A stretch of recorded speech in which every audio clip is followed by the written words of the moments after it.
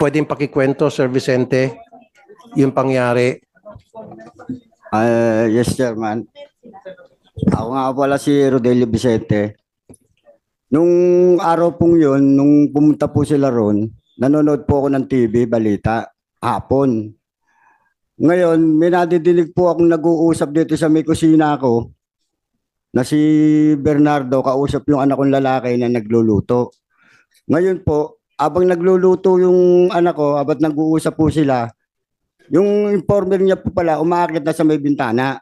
Yung bintana namin sa may gilid. Ngayon po, siguro hindi siya makapasok dahil akala niya, kortina lang, yung pala, sarado pala yung loob. Lumabas po siya, pumasok po siya sa loob. Hindi ko alam na siya yung pumasok sa taas namin. Ngayon, yung manugang ko po nasa taas, sinigawan siya, sinigawan yung informer niya. Kaya nagulat ako, ba't may sigaw sa taas? Nung bumaba yung informer, sabi ko, "Hoy, bakit nandiyan ka sa loob? Sino ka ba ako?" Paglabas ko po, tsaka lumabas to si Bernardo. Sabi ko, "Sir, bakit, sir?" Hindi ko po pa alam na pulis sila. Sabi nila, mga pulis kami. Ba't nyo pinatakas yung hinahanap nila? Pero sir, nakasibilyan sila, no? Opo. At nakabonet. Opo, nakagan po sila ng ano. Yes, sir. Nakasaklop po sila. Kaya lumabas po ako. Doon na po kami nagkaroon ng kuwanan, harangan, ng emosyon. Hinarang mo. Hindi po, kinakausap ko po sa labas. Wala pong sila yung nangaharas talaga. Pero yung hinahanap nila na suspect nandun sa loob ng bahay mo, wala po, hindi po namin kilala yun eh. hindi nyo kilala. Hindi po namin kilala. Wala doon sa loob. Opo. Kami lang po nung nandoon, yung anak ko nga lang po, tsaka yung mga apo ko. Okay. Tsaka yung hinahanap po nila, hindi po namin kilala yun eh. Kahit mga kapitbahay nga namin, hindi ko kilala yun eh. Tapos po, So, ilan sila? Dalawa lang siya? Sila po, bali tatlo po sila, tsaka dalawang informer. Yung informer sa civilian, Opo. kilala mo yun? Hindi ko po kilala yun eh. Pero namumukhaan ko po. Yeah, thank you. Okay, pagkatapos po, so nagkaroon ng komosyon. Opo, nagkaroon ng kumusyon na dahil... Sino pong nauna na naging physical? Sila po, kasi gusto nilang pumasok uli sa loob eh. Hindi ko na nga po pinayagan dahil kalalabas lang po nila eh. Pumasok na sila. Opo, kausap niya na Ngayon, po yung kalalabas lang eh. nila, gustong pumasok ulit. Opo. Bakit gustong pumasok ulit? Galing na sila sa loob. Pinatakbo ko raw po yung yung hinahanap nila. Wala naman tatakbuhan sa loob, kundi sa terrace lang. Okay. Nasa labas yung mga pulis niya. Kaya nung hinarang niyo po, anong ginawa? Inano niya po ako, tinutulak niya po ako hanggang sa nakaano po kami sa gilid na nakatutok yung CCTV. Doon niya po ako pinadapa na ginano niya ako eh. Ginaganang kanya po. Opo, tapos yung manugang ko, hinarang siya, inaawat ako ng manugang ko, sinampal niya yung manugang ko tsaka yung anak ko eh. Anak kong babaeng tomboy eh. Yung manugang niyo, Tapos pinaguntog ko kami. Pinaguntog? Naguntog kami niyan eh. Yung manugang ko. Manugang mo, pati ikaw, pinaguntog yung ulo. Ganun kami. Tapos nanampal pa ng anak kong tomboy. Pagkatapos po. Talagang sinaktan kami. Tapos nung napasok ako dito sa may gilid naman na hindi natapat ng doon naman ako pinusasan. Sa anong kasalanan daw po nung pinusasan kayo? Wala ho ba siyang binasa sa iyo na Miranda rights na may karapatan wala ka po, wala. manahimik, Doon na lang po sa munisipyo na lang po. Basta't pinusasan ka, walang Opo, sabi-sabi. Wala. Matapos kayo pusasan, ano pong sabi sa inyo? Dinala niya na ako sa may munisipyo. Pagdating sa munisipyo, ano pong nangyari? Hindi sinabi sa inyo kung bakit Wala pa po sila sinasabi. Basta sabi nila, yung kakasuhan na lang daw nila kami. Hindi sinabi sa inyo kung anong kaso, bakit ka nandun sa munisipyo? Presinto? Direct asol nga daw po eh, na paglaban sa kanila eh. Tinadyakan ko raw po sila eh. Tinadyakan Tingnan nyo naman yung katawan nila sa katawan namin mag-ama. Kung lalaban kami sa kanila at saka lalaban kami. Kasama po si Corporal Joel Dicen. Opo, sila tatlo po. At saka si Bernardo. So itong dalawang malalaking katawan. Opo. Bali tatlo po sila. Ganon din, puro malalaking katawan. So tapos kinasuhan ka ng direct assault. Direct assault. Okay. Ilang araw po kayo nakulong? 1 linggo rin po, mahigit. Mga 1 linggo isang araw. Nagpiyansa kayo? If I remember, Mr. Chair, pinalitan ko yung piyansa nila. Ako po, kasi yung nagpiyansa sila, gumasto sila. So yung pampiyansa nila, ako po yung nag-abono. Mr. Rodelio, so pakikwento na po. So habang nakakulong, yung tatay nyo, kayo po ay pumunta sa saan yung anak? Anak-anak pa. So, sige, Mr. Rodelio, sir, nasa loob ka ng kulungan. Opo. Doon ka ba dinalaw ng iyong anak?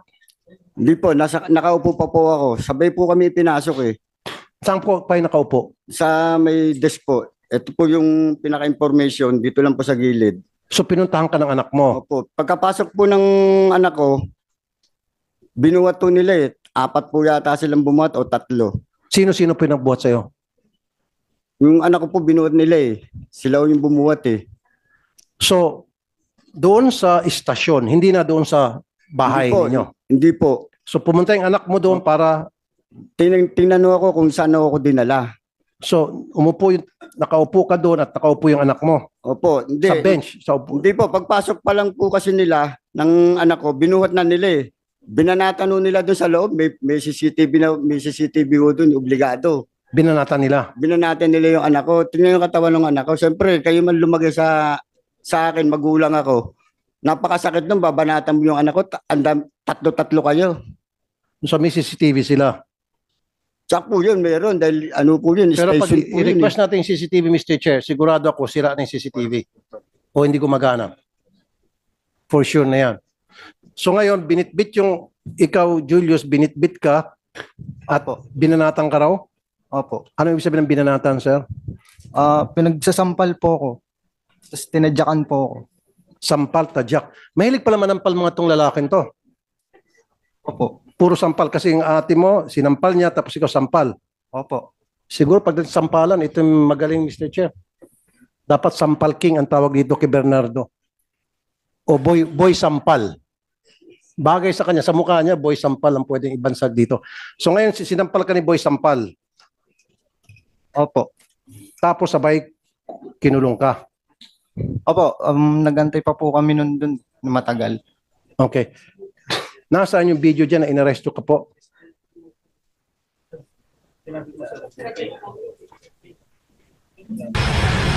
Okay. Hindi, doon sa tapat niya yun. Hindi pa nga sa- Ayan po yung video, yung pagpasok.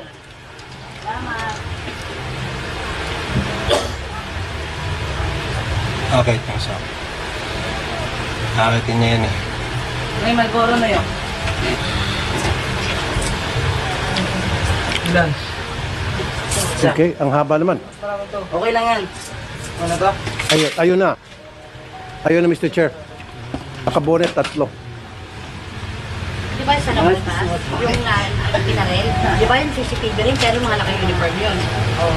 Ayun, nakabonet, naka-shorts, naka-t-shirt, naka-chinelas.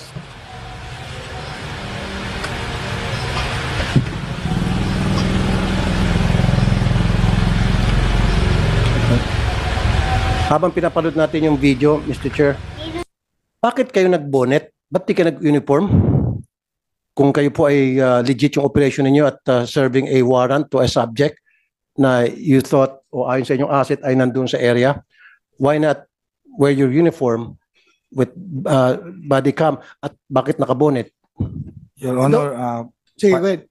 part lang po ng accessories ng mga riders yun. Accessories. Plus, fact po na yung lugar po na yan, sir, ay I've been compound commander there for almost 2 years. Talagang 50 meters away lang po dyan sa site na yan. Ay kilala po ako ng mga tao. So we have to devise.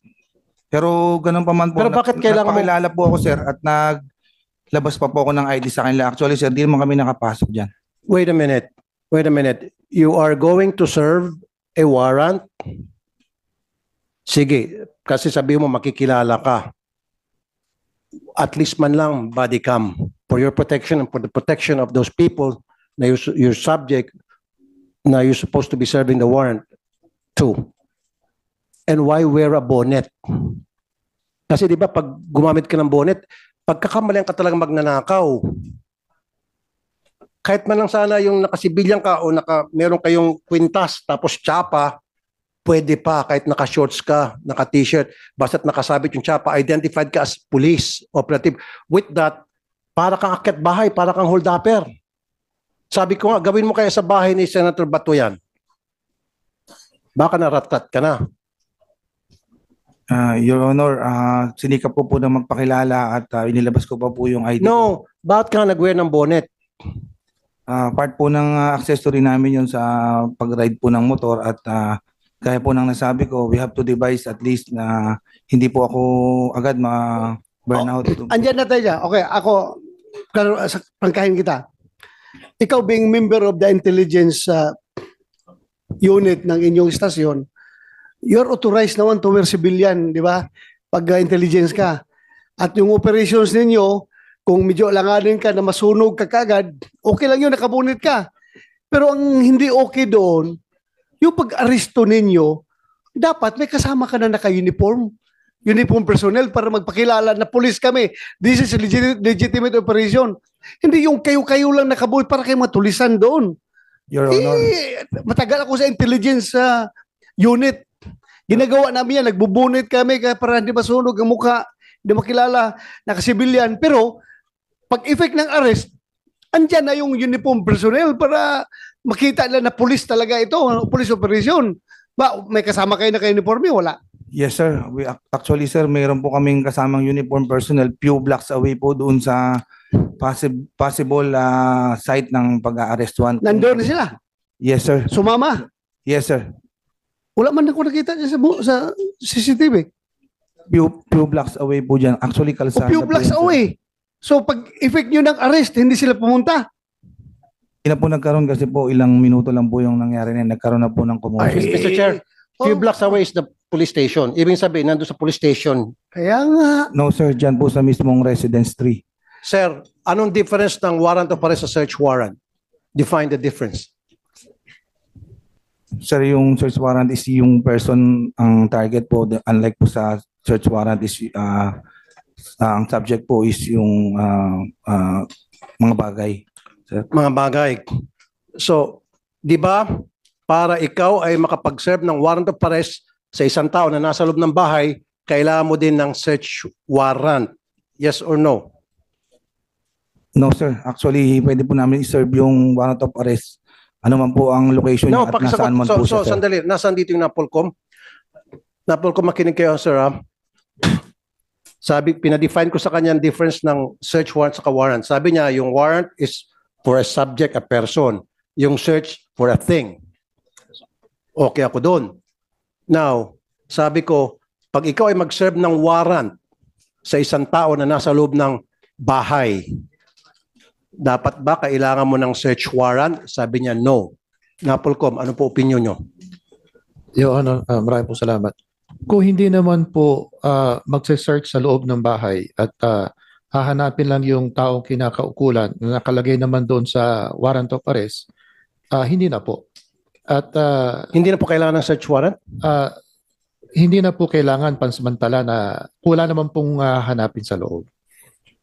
Yung warrant of arrest lang po ng taong kinakaukulan. So, ibig sabihin, anybody can enter the house of anybody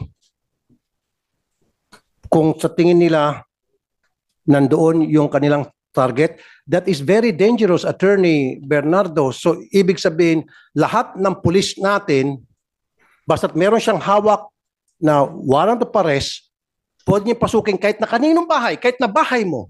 Kasi tulad ng sinabi nito, meron kami information na itong subject namin ay sa bahay ni Attorney Bernardo, pwede ka nang pasukin without the probable cause. Yung sinasabi mo, kung meron kang probable cause, kung nakita ng dalawang mata mo o kung nakita mo dyan sa bintana na nagpapaypay, nakabukas ang bintana, then there's that probable cause. Pero kung wala kang nakita, base lamang sa chismis na sabi ng asset, nandyan yung subject, kailan mo ng search warrant naman siguro, Attorney, sir? If I may quote, Your Honor, please. Yes, sir. Narito po sa Section 11 ng Rule 113. right of officer to break into building or enclosure. An officer, in order to make an arrest, either by virtue of a warrant or without a warrant, as provided in Section 5, may break into any building or enclosure where the person to be arrested is or is reasonably believed to be, if he is refused admittance thereto, after announcing his authority and purpose. Your Honor, gusto ko lang pong i-qualify, hindi po tama yung proseso nila sa pag-serve ng arrest warrant. Dapat hindi po sana ganun. Dapat nagpresenta muna sila, nagsama, gaya po ng sabi po ni Ginoong Chairman, dapat dala-dala nila yung uniformadong PNP officer at yun ang pagsaserve nila. Kasi kung intelligence yung purpose nila, hindi sila yung mag-a-arrest. Dapat merong arresting officer talaga na nakasuot ng uniforme at merong body-worn camera. Granting for the sake of argument, kung wala ho body-worn camera, meron silang alternative na Barangay recording. chairman, barangay tanod, pwede siguro. Kasama po dapat yun na meron ding sanang elected officer na barangay tanod. Hindi kami sumasang-ayon sa proseso nila, Your Honor. Okay, let me tell you this, Attorney Bernardo, and magkamag-anak kayo? Hindi po kami, ngayon ko lang sila nakita, Your Honor. Medyo malungkot nga lang eh. Okay. Once upon a time, I had this program, Philippines Most Wanted, sa PTB4. What it was is nanghuli kami ng mga wanted na may warrant. Sumasama po ako sa CIDG. There were several occasions na alam ng CIDG, base sa asset na isinumbong sa amin, and then kami, pinitam sa CIDG, may hawak na warrant, na nandyan sa bahay, kinikasing po namin. Hindi po pinapasok ng CIDG yung bahay. We wait, kuminsan umabot kami ng 2 days, kinikasing namin yan. Ngayon, paglabas, sa kadampot. Meron pa isang insidente. Nagpanggap yung CIDG na magdi-deliver. May delivery dito, LBC. Nag-uniforme pa. May delivery para kay ganito, kay Juan. Paglabas ni Juan, ikaw ba si Juan? Tapos may kasamang picture. Ako nga po, sabay posas. Hindi pinasok yung bahay. Yung sinasabi mo kung gano'n, then we have to revisit that law, Mr. Chair, and we have to amend that law. Napapayagan pala. Ang baka sinasabi mo yung while in hot pursuit, siguro. You don't need a search warrant kung yung suspect ay tumatakbo at nakita mo pumasok sa bahay, yun ang probable cause, pwede ka na mag-break in pursuit of a suspect. Pero kung yung, Mr. Chair, yung base lamang sa sabi-sabi ng asset na sa bahay ni Attorney Bernardo, yung suspect, papasukin na agad, payag ka, papasukin na agad, magbe-break in, dala lang warrant of arrest, how would you feel? Anong pinong sa batas na yan na binasa mo sa akin? Your Honor, may iwasan po sana ito kung merong coordination na maayos at maayos na pag-uusap. Kung hindi naman sila nakakatiyak na nandoon yung taong tinutukoy ng warrant of arrest, hindi na sana sila nagpatuloy. Exactly. Katunayan nga po, iba yung hinuli nila at mali po talaga. Meron pong magandang proseso sana. Yung hindi pagsuot ng body-worn camera, nagpapahiwatig na hindi po tama yung proseso. Maling-mali from the start, Your Honor. And also, Mr. Chair at Attorney Bernardo, sabi mo sa lahat ng kapulisan natin, kung gusto na pumasok ng bahay at sa palagay nila diyan nagtatago, kumuha sila ng search warrant sa korte. Mukhang hindi na kailangan, Senator Dolpo. Basta importante lang magkilala sila, na pulis sila, pakita lang warrant, nadala kaming warrant, we have reasonable ground to believe nandiyan sa loob yung suspect, papasok kami. Ang mali lang nito nila, pagpasok, ibang suspect dinala. Ginawa pa ng istorya na nakipagsunto, lumaban, direct assault. So, ibang nangyari. Mr. Chair, why am I talking about this? This is not the first time. Siguro, ipupul ko sa mga videos ko sa Wanted sa radyo, 5 times na. Papasukin ng pulis yung bahay. Kasi, meron daw silang warrant of arrest. At sa maraming pagkakataon na yun, wrong house, At syempre, nandun na rin sila. Kaysa makasuhan sila, dadamputin nila yung tao doon. Tulad nangyari dito, dahil sa direct assault. Kasi syempre, papalag ka, Mr. Chair, sino ka? Hindi ka naman pulis. Di ba? Kaso talaga abutin ito nila. Pero yung spirit of the law naman na yan, ano yung rules of court? Rule Rules of court 113? po, Your Honor. Rules of Ha? court. Rules of court po yun Yeah, na ang spirit nabasa niyan ko. is gusto talagang bigyan, i-empower yung ating law enforcement dahil kung wala yung rule na yan, inutil ang pulis natin. Hindi siya makahuli ng warrant ng isang tao na may warrant of arrest na nasa loob ng bahay. No. Hindi siya pwede mag-break in. Tama, Mr. Agree. Yan ang spirit Kasi yan. Gusto talaga sa tulungan experience ang ko, pulis Mr. Chair, makahuli. Doon sa Philippines Most Wanted, tulad sinabi ko kanina, sa PTV for many years ago, kinikasing po namin yung bahay. For 2 days and 2 nights, kasama po ako, magkikasing kami. Nakaabang kami dyan. Nakasibilyang close yung mga sa IDG. After 2 days, lumabas yung suspect sa kadinampot. Yeah. Tapos sabi ko, pangalawa, Mr. Chair, nagpanggap na delivery ng LBC. Magdi-deliver kay Juan. May deliver para kay Juan, kumatok. Nandiyan ba si Juan? Ano yan? Sabi nung kasambahay. Eto, may package. Lumabas si Juan. Inaresto. Malinis. Yung diskarte, kung paano mag-diskarte na hindi natin mabayulit ang batas. Ay, ito talaga sa kanila, mali na nga yung ginawa, dinagdagan pa ng mali. Kasi ibang tao ang kinulong. So, Attorney Bernardo, maling-mali yung proseso nila na they should not have done that. Sabi mo, dapat may police. Sabi nila, yung may kasamang uniform personnel. Yung uniform personnel, sabi niya, a few blocks away.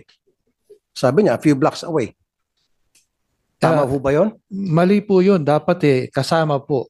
Dapat katukin muna at kausapin yung naninirahan sa loob ng bahay na kung saan tiyakin yung yung warrant of arrest na dapat tiyakin ko anong bahay kasi nakadescribe puro kung saan bahay huhulihin at yung pangalan ng tao. Kung natitiyak nila na nasa loob, kausapin muna at kasama dapat yung pulis na naka-uniformado at merong mahigpit yung kautusan kasi ng Supreme Court na dapat merong body-worn camera. Kung tama po yung proseso, yun, maaari silang paniwalaan. Pero sa una pa lang po, hindi tama eh. Yeah. You're raising your hand? Yeah. Ano gusto mong sabihin?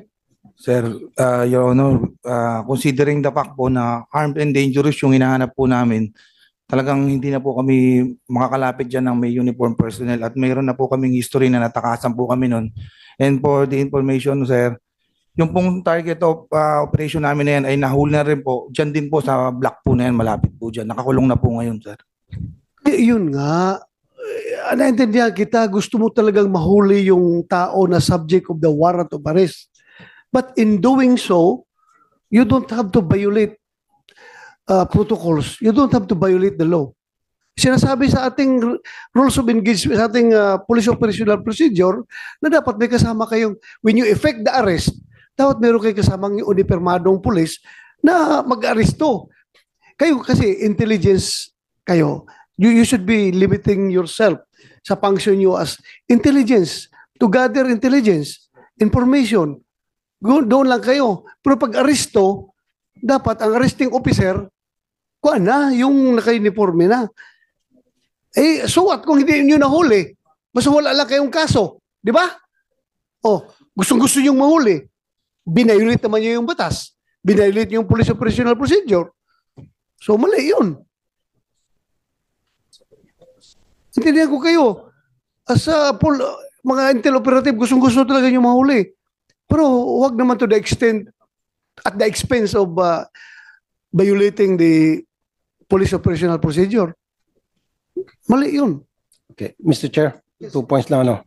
Ito ang binabasa kanina ni Napolcom Commissioner.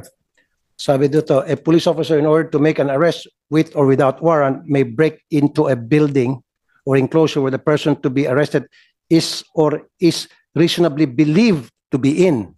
Believed. So dito na abuso itong reasonably believed to be. Hindi clearly defined. So pwedeng sabihin all the time ng kahit na sinong pulis na abusado na I have reason to believe that he is there. So therefore, pwede kong pasukin yan, yung bahay na yan, kahit na wala akong search warrant para arestuhin si Poncio Pilato. Kasi itong reasonably believe All he has to say is, we have reason to believe. Pasok na dito sa Criminal Procedure Rule number 113, Section 11. Naabuso po, Mr. Chair. Naabuso. Naabuso yan. So, kung sila nag-abuso, mananagot sila. Ang siste Kasuhan natin. ng abuso sila, mali yung procedure ng pagpasok nila, tulad sabi ni Attorney Bernardo, ang nakulong pa, yung biktima. Adding insult to injury, pati yung anak ng biktima na dadalaw lang, pati yung kinulong. And pangatlo, ang nakakainit ng ulo, kinakasuhan itong mag-ama. Sila na nga nagrabyado, sila pa ngayon na may posibilidad na makukulong. Yung nga, para klaro tayo, you stand by your word na doon yung hinuli yan sa area. Yes, Your Honor. So tingnan natin itong video ngayon. Kung magsinungaling ka, you are liable. Under oath ka. You play the video.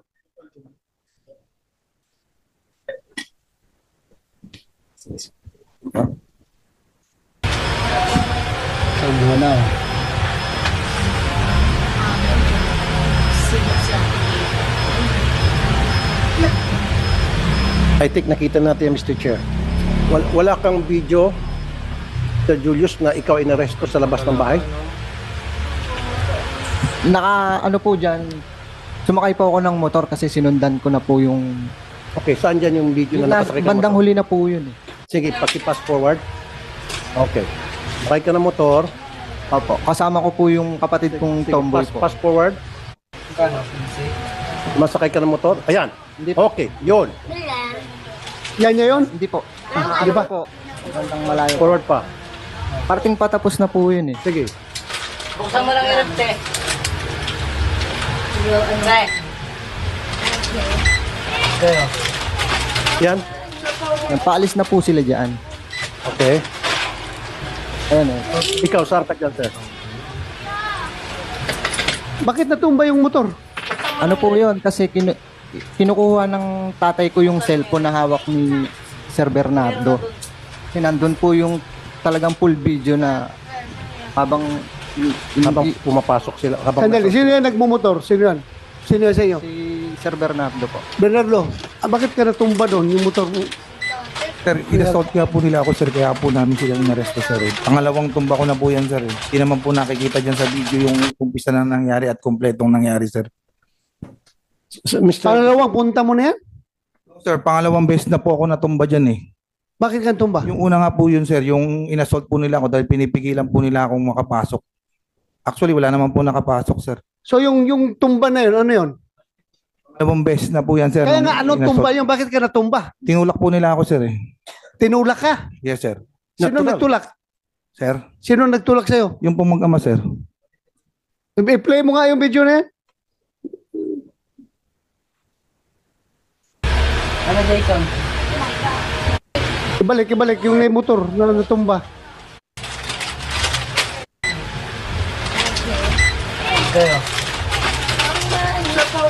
Ikaw yan. Ano? Oh.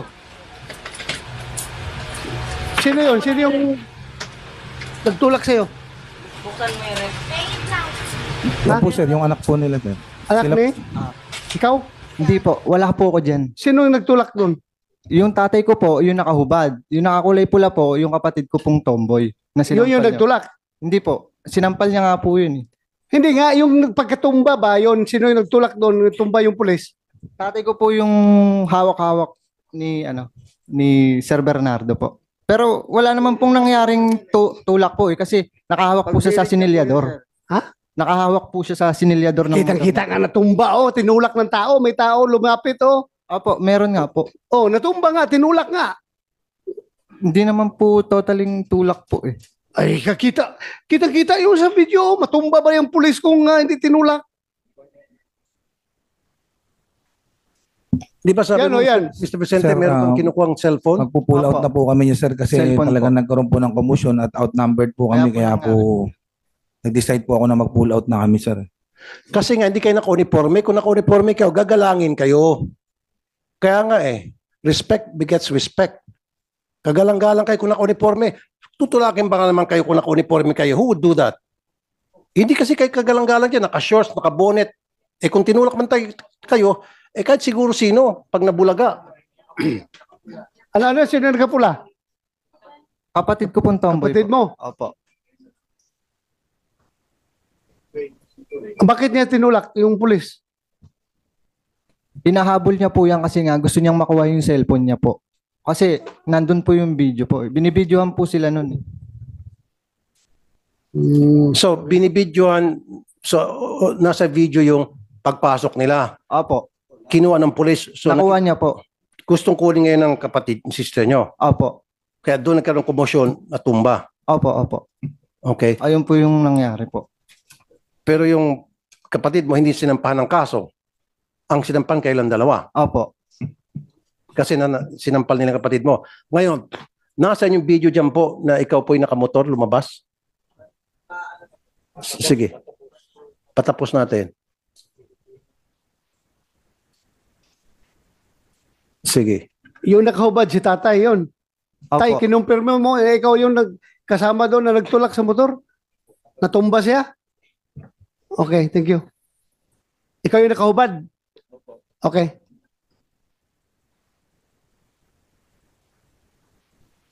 Tay, para makasiguro, inaamin mo tinulak mo yung pulis?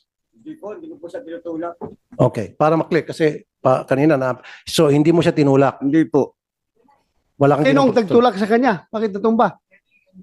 Hindi ko po alam kung sino, Wala. bakit siya natumba eh. Kasi nga po, yung motor niya po, hawak-hawak niya yung pinaka... Nasa harapan ka eh. Dahil pa- Sabi nga na, yung tumboy na anak mo, yung nagtulak. Siguro po.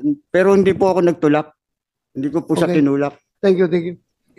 Chairman, hindi kaya na-outbalance o ano? Na-outbalance ka ba? Kasi paatras eh. Bihira Opo. naman nagmumotor na paatras. Nagmamadali. Hindi kaya Sige, na-outbalance. you answer. No sir, inassault po nila ako dyan kaya po ako natumba. Pangalawang beses na po actually yan sir. Saan yung video? Ano?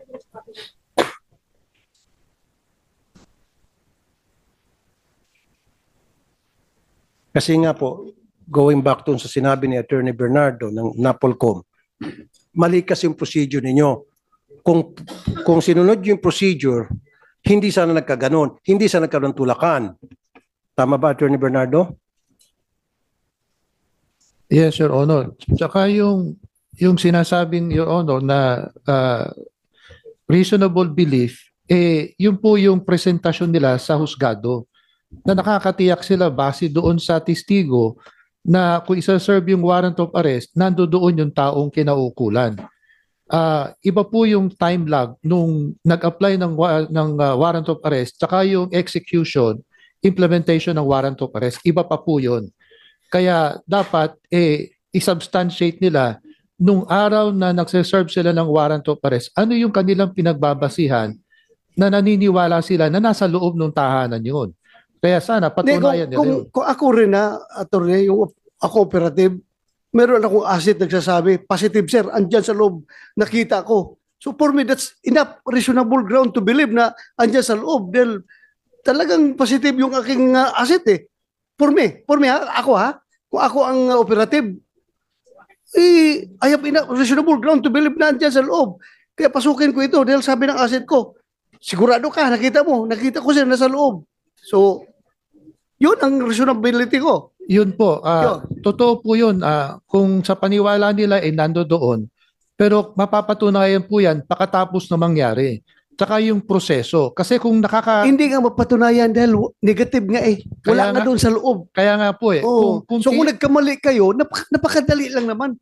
Wala doon ang hinahanap nyo. Pasensya na tanga, wala dito hinahanap namin. Alis na kami. Bakit pinagbibit-bit pa ninyo yung tatay, tapos nagbisita doon, kinulong pa ninyo? Bakit ganoon naman? Mr. Chair? Yes. Yung reasonably believe na naabuso to. Kasi maraming insidente na halimbawa si Juan galit kay Pedro. May alitan sila, kapitbahay niya. Papapasukin niya sa mga pulis. Kukuha lang dyan ng kung kahit kaninong warrant ni Pedro. Papasukin yung bahay ni Juan kasi galit yung asset doon sa kanyang kapitbahay. Harasin. At siyempre, naharas, papalag. Kasi nakasibilyan eh. Direct assault, kulong. Ang daming ganung mga insidente, Mr. Chair. Kaya it's being abused. Abuso nga talaga. Dahil, Reasonably, kasi sabihin na, we have reasons to believe that our suspect is inside that house based on the statement of the asset. Eh kung si asset nga po, sir, pala, Mr. Chair, drug addict, hindi reliable, hindi credible, meron lang siyang axe to grind against his kapitbahay kasi talaga ng alitan nila, gusto makaganti, pupunta sa pulis, si pulis, kukuha ng kung saan-sang warrant lang dyan, kung kanino, and then papasukin yon ayon sa kanyang asset, nandoon na yung suspect nila kahit hindi naman talaga, and then, of course, magkakaroon ng commotion. Pagkaroon ng commotion, direct assault, makukulong na yung kagalit ng kapitbahay. Ganon talaga. There's no perfect law. Lahat ng batas nandyan, pwedeng abusuhin yan kung may intention kayong abusuhin yung batas. Ang kuwan dyan is your intention. Kahit anong batas na nandyan, kung talagang gusto nyong abusuhin yung batas na yan, pwede nyong abusuhin. Nasa inyo yan, pero mananagot ka pa rin kayo. Kaya Mr. Dahil Chair, inabuso nyo yan. so, Mr. Chair, siguro Yes, sir. pwede natin palitan yung kanilang procedure. Pwede Kasi siguro. Ang dami ng abuso, Mr. Chair. Yeah. Ang dami ng abuso. That is the reason for this hearing. This is in aid of legislation na makapag-produce tayo ng mga policy modification sa existing ngayon na policy na nandyan sa Kaya rapporteur. dapat, Mr. Chair, Gawin natin. it should be well defined. Anong ibig sabihin ng reasonably believed? Ano yung, dapat merong precise definition. Kasi kung reasonably believed, very vague, Mr. Chair, pwedeng gamitin nga sa pang-abuso. At ako po, ang isang testigo na ito po'y nagagamit paulit-ulit. At ako po'y nagpapasalamat sa mga taga-CIDG many years ago, yung mga kasama ko, ngayon kalamihan sa kanila retired na sumunod sa patakaran. Hindi pumapasok ng bahay, nagkikasing kami. Inaabangan namin nagpapanggap na delivery boy yung police na CIDG. Paglabas sa kanahuli. Yun eh. Tama ba, Mr. Bernardo? Di ba dapat ganun kasi itong reasonable belief na abuso, sir eh. So do you agree na dapat ma-change ng PNP yung kanilang operational procedure pertaining to breaking and entering, reasonably believe that the suspect, the subject of a warrant is inside the house? Kailangan kasi, Your Honor, tama po yung proseso at the start eh. Kung tiyak nila na nasa loob at sundin nila yung proseso, makukuha po nila yung tao eh. Kasi nga, papayagan sila makapasok kung tiyak nilang nasa loob. Kaya, kung hindi naman po tama yung proseso at katunayan, nag-negative nga po, talagang hindi po tama yung pagkaka-execute ng warrant of arrest. Yes. Thank you, Atty. Tapusin ko muna natin yung video, yung nandun yung umalis yung sumakay sa motor yung hinuli. Yung bandang dulo na daw yun, bandang dulo. Inaano pa, sir? Sige, yung bandang dulo. So you stand by your, again, bigyan kita ng last chance na hindi ka magsinungaling dito sa committee.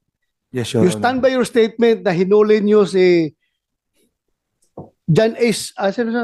Julius Vicente doon sa, if you call it a crime scene, doon sa crime scene mismo, hindi sa police station. Yes, Your Honor. You stand by your statement, ha? Yes, Your Honor. So kung makita natin ngayon dyan sa video na hindi niyo siya hinuli, kusang loob siyang sumakay sa motor, pumunta sa estasyon, it means you're lying. Before we show the video, I am giving you the chance para hindi ka makontempt dito. Kasi kung hindi mo bawiin yung word mo, makita natin ngayon dyan, you'll be you'll be cited for contempt dito sa committee nito. I'm giving you the last chance. Ano? Your Honor, I will stand to my original statement, Your Honor. Na hinuli mo talaga siya doon sa Yes, Your Honor. yan mismo. Yes, Your Honor. Hindi siya sumakay ng motor, pumunta doon para magbisita sa tatay niya. Yung pagsakay po niya ng motor, sir, hindi po namin pero doon po namin siya hinuli dyan sa block po na yan, sir. Ay, yung nga, controverting evidence nga yun, pagsakay niya ng motor papunta sa estasyon. Sunod-sunod naman yun, ng events na yun. Yung natumba ka sa motor. Yes, sir. Actually po, sir, hinahabol niya yung tatay niya, sir. Hinahabol nila kami. Hindi nila kami tinitigilan, sir. Kaya pati siya na-aresto, sir. So, hinahabol, inaresto mo sa crime scene. Hindi doon sa estasyon. Yes, sir. Malapit lang po doon, sir. Ilang meters lang po doon sa site na yan, sir. Kaya site pa rin po, doon pa rin po sa block na yan siya ng huli, sir.